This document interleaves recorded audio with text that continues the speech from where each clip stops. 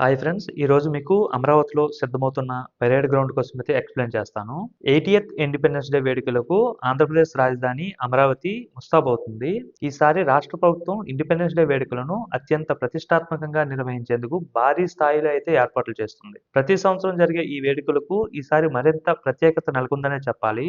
ఎందుకంటే రాజధాని అమరావతిలో అభివృద్ధి పనులు వేగంగా జరుగుతున్న నేపథ్యంలో రాష్ట్ర ప్రభుత్వ ప్రధాన కార్యక్రమాలను కూడా ఇక్కడే నిర్వహించేలా చర్యలు తీసుకుంటున్నారు. ఇప్పటివరకు ఇండిపెండెన్స్ డే అలానే రిపబ్లిక్ డే వేడుకలను విజయవాడలోని ఇందిరాగాంధీ మున్సిపల్ స్టేడియంలోనే నిర్వహించేవారు. ఎన్నో సంవత్సరాలుగా అదే అధికారిక వేదికగా కొనసాగుతుంది.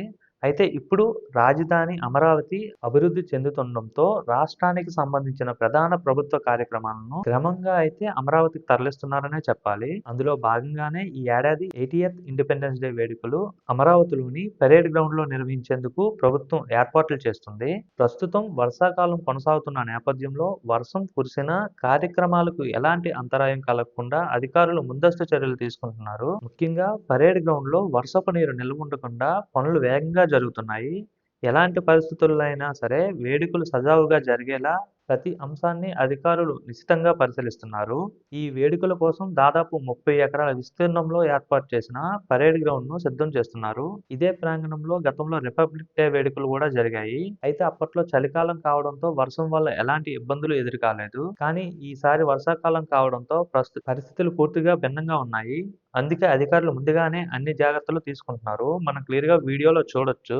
గ్రౌండ్ మొత్తం జిఎస్బి ఏదైతే గ్రాన్యులర్ సబ్ బేస్ ఉంటుంది కదా, అది వేస్తున్నారు. ఇది సాధారణంగా రోడ్ల నిర్మాణంలో ఉపయోగిస్తారు. ఈ గ్రాన్యువల్ సబ్ బేస్ వేయడం వల్ల వర్షపు నీరు వేగంగా భూమిలోకి ఇంకిపోయేలా చేస్తుంది. దీంతో నీరు అనేది భూమిపై నిల్వ ఉండదు. సో నేల బురదగా మారకుండా ఉంటుంది. దానివల్ల ఎవరైతే క్రౌడ్ వస్తారో పరేడ్ గ్రౌండ్ లో పాల్గొనే పోలీసులు, విద్యార్థులు, అధికారులు, అలానే కల్చరల్ యాక్టివిటీస్ చేసే వాళ్ళు, అలాగే కార్యక్రమానికి హాజరయ్యే ప్రజలు ఎలాంటి ఇబ్బందులు లేకుండా ఉండేందుకైతే ఈ పనులు చేపట్టారు. అంతేకాకుండా గ్రౌండ్ ను పూర్తిగా లెవెలింగ్ చేసి అవసరమైన ఏదైతే రహదారులు ఉంటాయి కదా, అధికారులు రావడానికి, అలానే సీఎం, అలానే మినిస్టర్స్ వీళ్ళు రావడానికి కూడా సిద్ధం చేస్తున్నారు.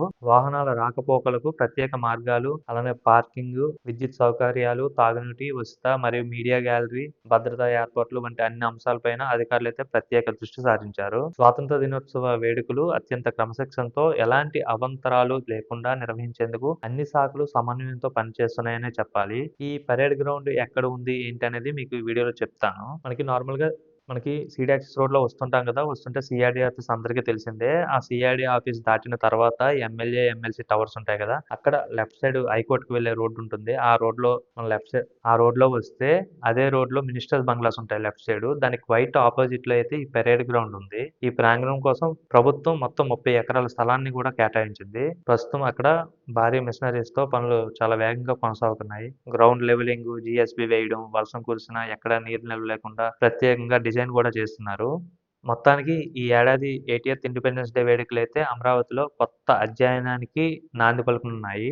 ఇంతకాలం విజయవాడలోని ఇందిరాగాంధీ మున్సిపల్ స్టేడియంలో జరిగిన రాష్ట్ర స్థాయి వేడుకలు ఇప్పుడు రాజధాని అమరావతిలో నిర్వహించేందుకు ప్రభుత్వం ఏర్పాట్లు చేసింది. వర్షాకాలం సవాలుగా ఉన్నప్పటికీ ముందస్తు ప్రణాళికతో అధికారులు అన్ని పనులను వేగంగా పూర్తి చేస్తున్నారు. రాజధాని అమరావతి అభివృద్ధికి ప్రతీకగా నిలిచే ఈ వేడుకలు ఈసారి మరింత వైభవంగా, అత్యంత ఘనంగా అయితే జరగనున్నాయి. దీనికోసమే సీఎం చంద్రబాబు నాయుడు కూడా ఈ ఇండిపెండెన్స్ డేకి ఎవరైతే విజయవాడ నుండి కానీ బయట నుండి ఎమ్మెల్యేలు, అధికారులు, ఐఏఎస్లు వీళ్ళంతా వస్తారు కదా, అలానే సీఎం కూడా వస్తారు కదా, సో వాళ్ళు రావడానికి కూడా రూట్ ఏదైతే ఇంతకుముందు కరకట్ట రోడ్డు గుండా వచ్చి సీడీ యాక్సెస్ రోడ్ లోకి ఎంటర్ అయ్యేవారు కదా, సో ఇప్పుడు వాళ్ళు ఏంటంటే స్టీల్ బ్రిడ్జ్ తర్వాత మేజర్ స్టీల్ బ్రిడ్జ్ తర్వాత సీడీ యాక్సెస్ రోడ్ ఉంది. డైరెక్ట్ ఎంటర్ అయ్యేటట్టు అయితే రోడ్డు కూడా చాలా స్పీడ్ గా సిద్ధం చేస్తున్నారు. సీడీ యాక్సెస్ సంబంధించిన ఫేజ్ 2 వర్క్స్.